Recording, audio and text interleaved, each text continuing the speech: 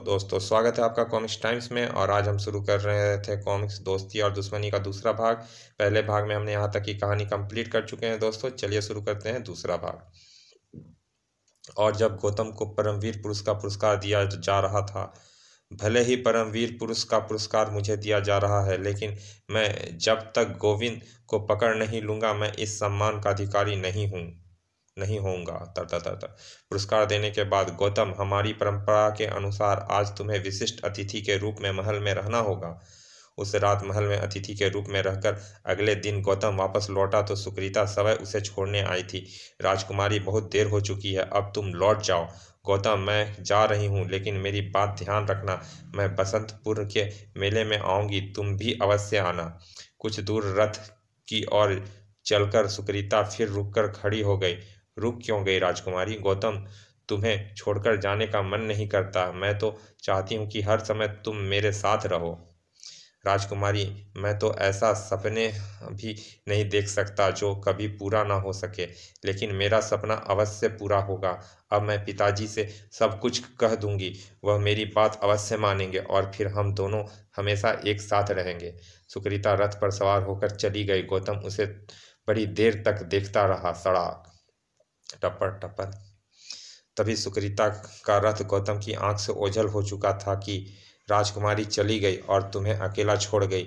ओह, तो बहुत बेवफा निकली राजकुमारी। चंदा, तुम कब आई? जब तुम राजकुमारी से प्यार की बातें कर रहे थे।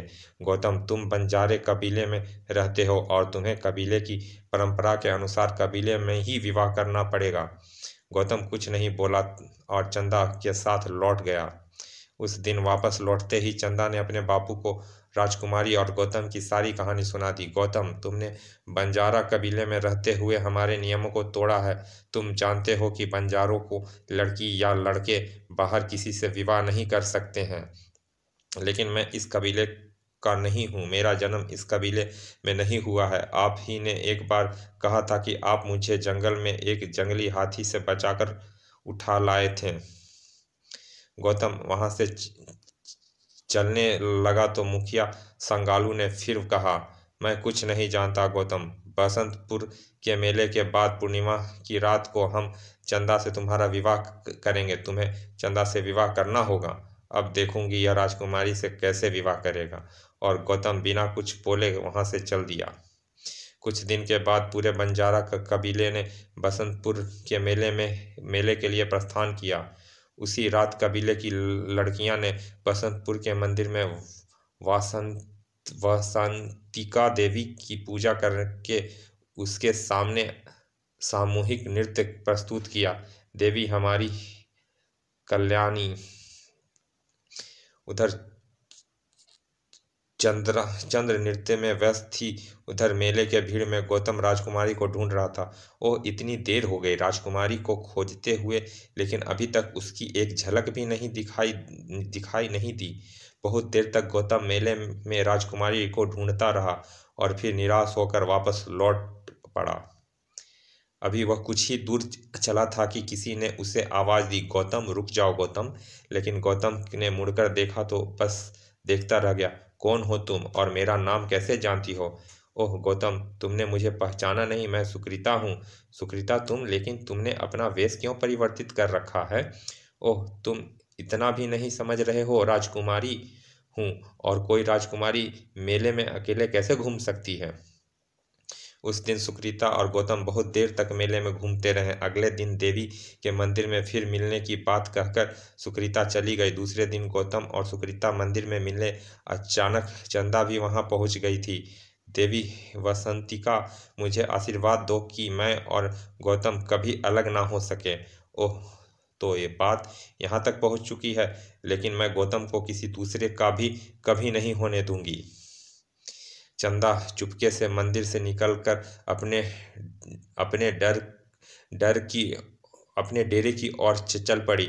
अभी वह कुछ ही दूर गई थी कि अरे, गोविंद इस मेले में। लेकिन अभी गोविंद कुछ कदम आगे बढ़ता कि चंदा तेजी से उसके पास पहुंची। गोविंद, मेले में अकेले घूम रहे हो? मुझे पहचाना नहीं? तुम वही लड़की हो ना जो उस दिन चंडी देवी के मंदिर में मिली थी और राजकुमारी को बचा लिया था? हाँ, मैं वही लड़की हूँ, लेकिन तुम चाहो तो वह राजकुमारी आज भी तुम्हारे हाथ में आ सकती है, इसी मेले में। राजकुमारी इसी मेले में? यह कैसे संभव हो सकता है? और फिर मेले की भीड़ से गोविंद को एक और ले जाकर चंदा ने उसे सारी कहानी सुना दी।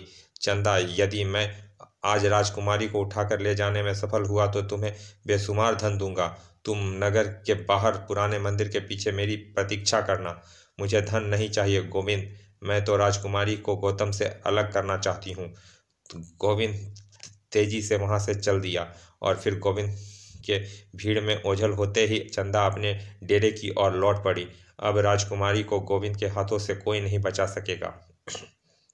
उसी दिन गोविंद ने राजकुमारी का अपहरण कर लिया था। गौतम अपने तंबू में बैठा राजकुमारी के ख्याल में खोया हुआ था कि चंदा ने प्रवेश किया। ओह चंदा, क्या हुआ तुम्हें? ओह, तुम्हें पेट में यह खंजर? चंदा, किसने किया यह? जल्दी बोलो चंदा, मैं उसका खून पी जाऊंगा। गौतम, मेरे पास समय नहीं। गोविंद राजकुमारी को, ओह गोविंद, क्या राजकुमारी को? गोविंद राजकुमारी को उठाकर ले गया, उसे बचा लो। गौतम, वह तुम्हें भी उठाकर ले जाना चाहता था, लेकिन मैंने तुम्हारा पता नहीं बताया तो? ओह चंदा, मैं गोविंद को जिंदा नहीं छोड़ूंगा। गोविंद अब मेरे हाथों से बच नहीं सकेगा, कभी नहीं। चंदा मर चुकी थी। कुछ ही देर में कबीले के बहुत से लोग तंबू उस तंबू में पहुंच गए थे। गौतम अपने घोड़े पर सवार होकर निकल पड़ा था। सड़ाक सड़ाक। गौतम बहुत दूर दूर तक गोविंद की तलाश में भटकता रहा, लेकिन उसे गोविंद का कुछ पता नहीं चला। एक दिन गौतम एक गांव में पहुंचा। इस गांव में चलकर देखता हूँ, शायद किसी से गोविंद का कुछ पता चल जाए। गौतम गांव में गौतम की दृष्टि एक लुहार की दुकान पर पड़ी। लुहार की दुकान, याद आया, बहुत दिनों से तलवार पर धार नहीं लगी है, क्यों न इसे धार लगवा लूं, गोविंद से लड़ने में बहुत काम आएगी। यह सोचकर गौतम लुहार के पास पहुंचा। गौतम ने उस लुहार से अपनी तलवार पर धार लगवाई। अरे, यह भी कोई धार लगा है, इससे तो गाजर मूली भी नहीं कटेगा। गौतम की बात सुनकर लुहार उसे घूरकर देखा, बोला, तुमने अभी तलवार भी चलाई है?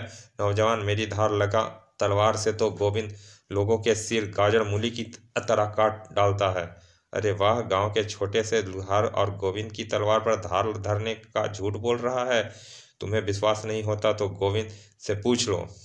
ओह, फिर तो तुम यह भी अवश्य जानते होगे कि गोविंद कहाँ रहता है। नहीं नहीं, मैं गोविंद को नहीं जानता, बिल्कुल नहीं जानता। नहीं, तुम अवश्य जानते हो। अगर तुमने मुझे गोविंद का पता नहीं बताया तो मैं तुम्हारा सिर धड़ से अलग कर दूंगा। मुझे नहीं मालूम वह कहाँ रहता है। उसका एक आदमी मुझसे हथियार ले जाता है। जब लुहार ने गोविंद के बारे में कुछ नहीं बताया तो गौतम उसे जबरदस्ती उठाकर गांव के बाहर ले गया और उसे एक तालाब में ऊपर पेड़ की शाखा से लटका दिया। अब तुम मुझे गोविंद का पता नहीं बता दोगे तो तुम्हें इसी तरह लटकाए रखूंगा। नहीं, मुझे गोविंद का कुछ पता नहीं है। और फिर रस्सी छोड़कर गौतम ने लुहार को पानी में डुबो दिया। पता नहीं तो डूब कर मरो। गड़प गड़प 2-3 बार गौतम ने लुहार को पानी में डुबाया तो वह घबराकर बोला, बताता हूँ, पहले मुझे इस रस्सी से अलग करो। और जब गौतम ने उस लुहार को रस्सी से अलग कर दिया तो उसने बताया, कल मैं गोविंद के लिए हथियार लेकर उसके अड्डे पे जाऊंगा।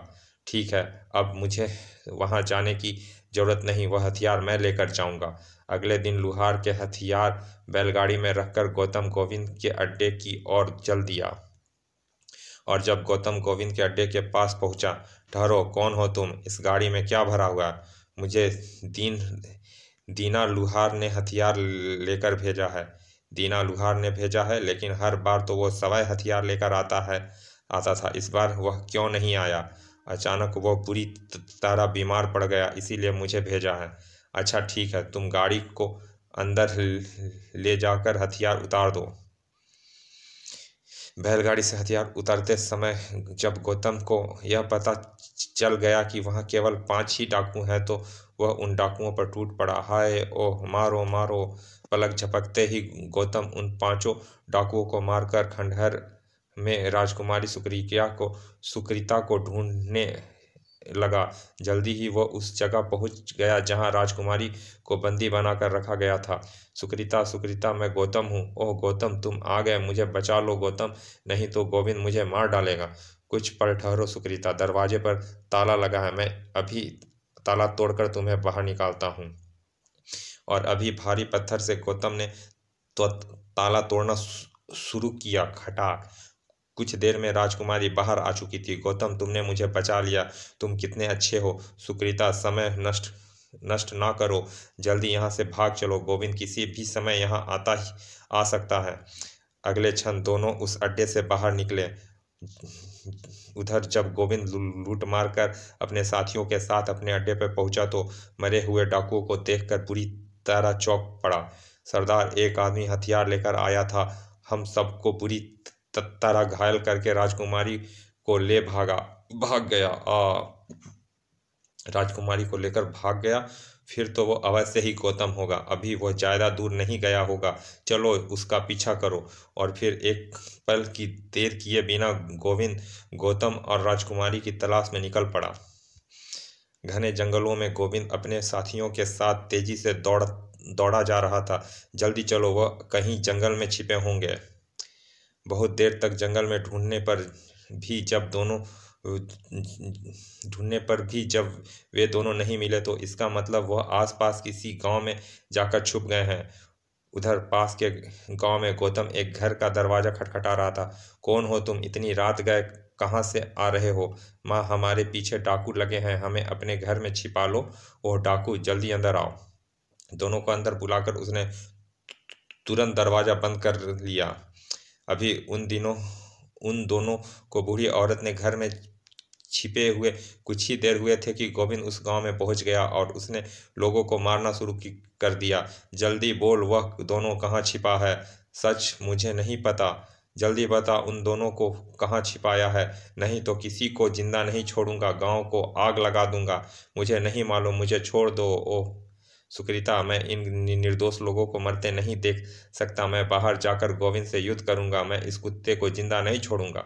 अगले क्षण गौतम उस घर से बाहर निकला और तेजी से दौड़ता हुआ गोविंद के सामने पहुंच गया। रुक जाओ गोविंद, मैं तुम्हें इन गरीब निर्दोषों का खून नहीं बहाने दूंगा, आज तुमसे इन सब का बदला लूंगा।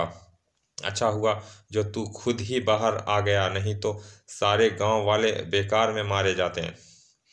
गोविंद की बात पूरी होने से पहले ही गौतम ने उस पर आक्रमण कर दिया। कुछ ही देर में दोनों लहूलुहान हो चुके थे।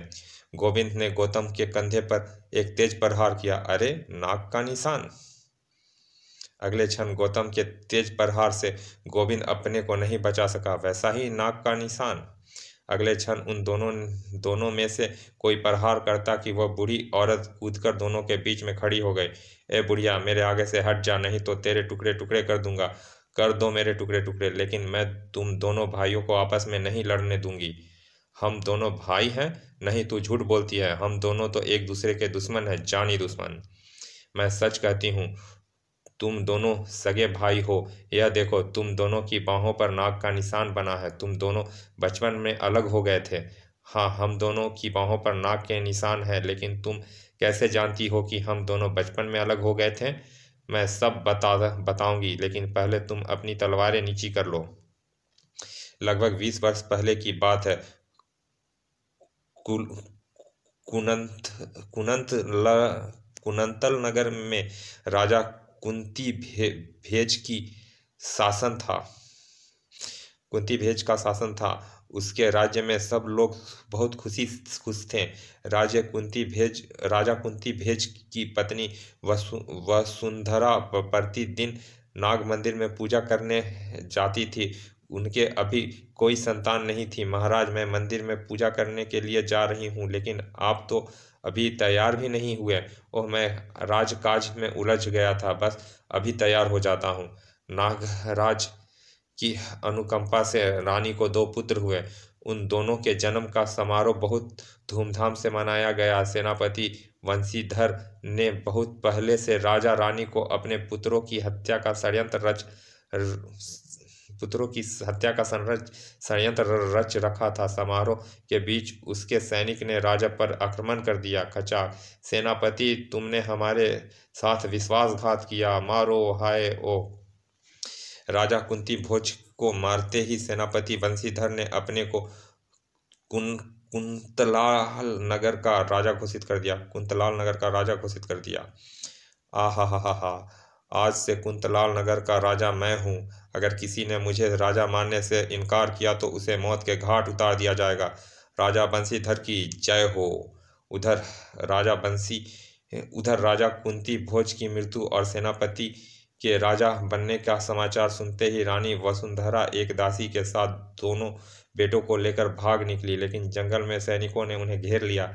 नहीं, मुझे मत मारो, मेरे स्वर्ण आभूषण ले लो, मैं इस बच्चे को लेकर किसी दूसरे राज्य में चली जाऊंगी। लेकिन उन सैनिकों ने रानी वसुंधरा की हत्या कर दी। दासी पहले ही एक राजकुमार को लेकर पास की झाड़ियों में जा छिपी थी। रानी को मारकर वह सैनिक उस राजकुमार को उठाने लगे तो तभी, अरे यह तो एक राजकुमार है, दूसरा कहाँ है? इसे तो वह दासी ले भाग गई है। उस दासी को पीछा करो, अभी वह अधिक दूर नहीं गई होगी। कुछ सैनिक दासी की खोज में चल पड़े, लेकिन वह खड़े सैनिक अभी उस राजकुमार को उठा पाते कि एक जंगली हाथी तेजी से वहां आ निकला।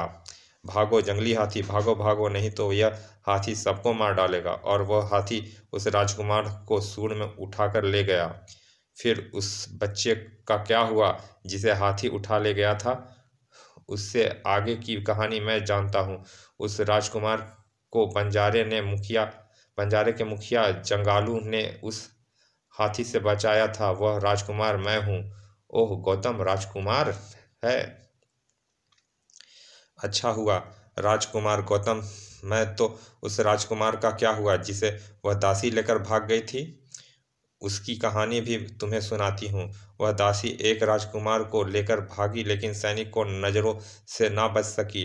वह दासी बच्चे को लेकर नदी में कूद पड़ी और तैरकर उस पार जाने लगी। अरे वह दासी भाग रही है, उसे तीर चलाकर मार दो। दासी मरेगी तो राजकुमार अपने आप मर जाएगा। और तभी एक सैनिक ने तीर चलाकर दासी को घायल कर दिया। राजकुमार उसके हाथ से छूट गया। और उसके आगे की कहानी मुझे मालूम है। सरदार संग्राम सिंह ने दूसरे राजकुमार को नदी के किनारे से मगरमच्छ से बचाया था, वो मैं हूँ। गोविंद मेरा भाई है? अरे हमारा सरदार राजकुमार है। यह सच है कि हम दोनों बचपन में बिछड़े हुए राजकुमार हैं, लेकिन तुम यह सब कैसे जानती हो?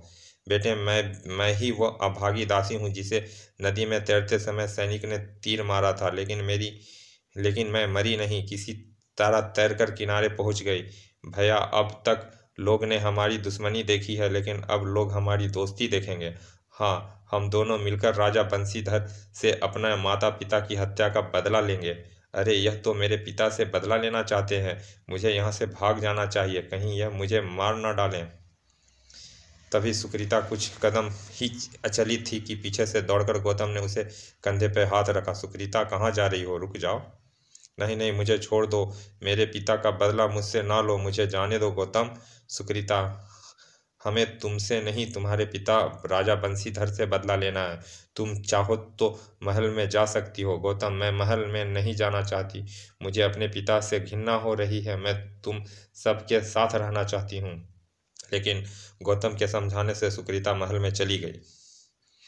फिर कुछ दिनों बाद गौतम और गोविंद ने भारी तैयारी के साथ कुंतला नगर पर आक्रमण कर दिया। दोनों राजकुमार का पता चलने पर कुंतला नगर के लोग उनके साथ मिल गए। उधर महल में जब राजा बंशीधर और गौतम गोविंद के बारे में पता चला तो वह राजा कुंती भोज के दोनों सपोले राजकुमार अभी जीवित हैं और हम पर आक्रमण करना चाहते हैं। सेनापति, भारी सेना के साथ उन दोनों सपोलों का फन कुचल डालो। तभी राजकुमारी सुकृता वहां आई। पिताजी, गौतम गोविंद से युद्ध करने से कोई लाभ नहीं। आपको यह राजगद्दी उन्हें सौंप देनी चाहिए, वही इसके वास्तविक अधिकारी हैं। सुकृता, तुम हमारी बेटी होकर शत्रु का पक्ष ले रही हो। अगर कोई दूसरा होता तो हम उसकी जुबान ही काट लेते। पिताजी, आप चाहे तो मेरी जुबान भी काट लें, लेकिन आप देश के लाखों लोगों की आवाज़ बंद नहीं कर सकते। आपको यह गद्दी छोड़नी पड़ेगी। चुप रहो, वरना हम सचमुच तुम्हें सजा देने में बिल्कुल संकोच नहीं करेंगे। पिताजी, आप मुझे मृत्यु दंड भी दे देंगे तो मेरी जुबान बंद नहीं होगी। मेरी मृत्यु के बाद राजमहल की दीवारें या धरती या आकाश चीख चीख कर कहेंगे, राजगद्दी छोड़ दो, राजगद्दी छोड़ दो। सुकृता, हमने तुम्हारे संबंध में गुप्तचरों से जो सुना था वह सच निकला। तुम्हें गौतम गोविंद का साथ देने का दंड मिलेगा। सेनापति, राजकुमारी को इसके शयन कक्ष में बंदी बनाकर रखा जाए। पिताजी, मुझे बंदी बनाकर भी आप महल की और बढ़ते हुए तूफान को नहीं रोक सकते। तूफान इस महल की ईंट से ईंट बिखेर जाएगा। उधर गौतम गोविंद ने महल के मुख्य द्वार को तोड़ना शुरू कर दिया और कुछ ही देर में मुख्य द्वार को तोड़कर महल में प्रवेश किया। और फिर गौतम गोविंद ने राजा बंशीधर के सैनिकों को गाजर मूली की तरह काटते हुए महल में प्रवेश किया। भागो, हाय बचाओ! सैनिक चीख पुकार सुनकर राजा बंशीधर उनके सामने पहुंच गया। हाय गौतम, तुम इन सैनिकों को संभालो, मैं बंशीधर को देखता हूँ। मारो मारो! गोविंद तेजी से राजा बंशीधर की ओर बढ़ा और उसके पास पहुंचते ही वह बिजली की तरह झपट पड़ा और अंत में गोविंद ने राजा बंशीधर को मार दिया।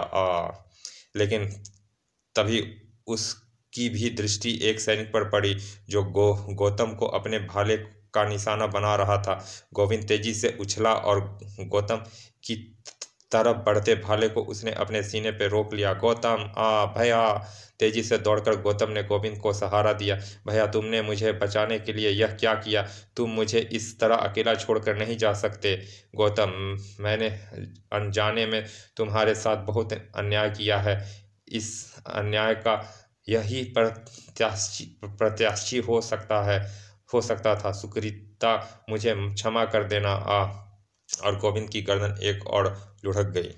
कुछ दिन बाद राजकुमारी सुकृता और गौतम का विवाह हो गया। फिर कुंतला नगर के लोगों ने गौतम को राजगद्दी पर बैठा दिया। महाराज गौतम की जय हो, जय हो। चलिए दोस्तों, ये कॉमिक्स यहाँ समाप्त होती है। हम ऐसे ही आपके लिए अच्छी अच्छी कॉमिक्स लाते रहेंगे। और अभी तक आपने हमारे चैनल को सब्सक्राइब नहीं किया तो प्लीज़ सब्सक्राइब कर दें। हम फिर मिलते हैं ऐसे ही किसी अच्छे से कॉमिक्स के अच्छे से भाग में। तब तक के लिए धन्यवाद। विदा।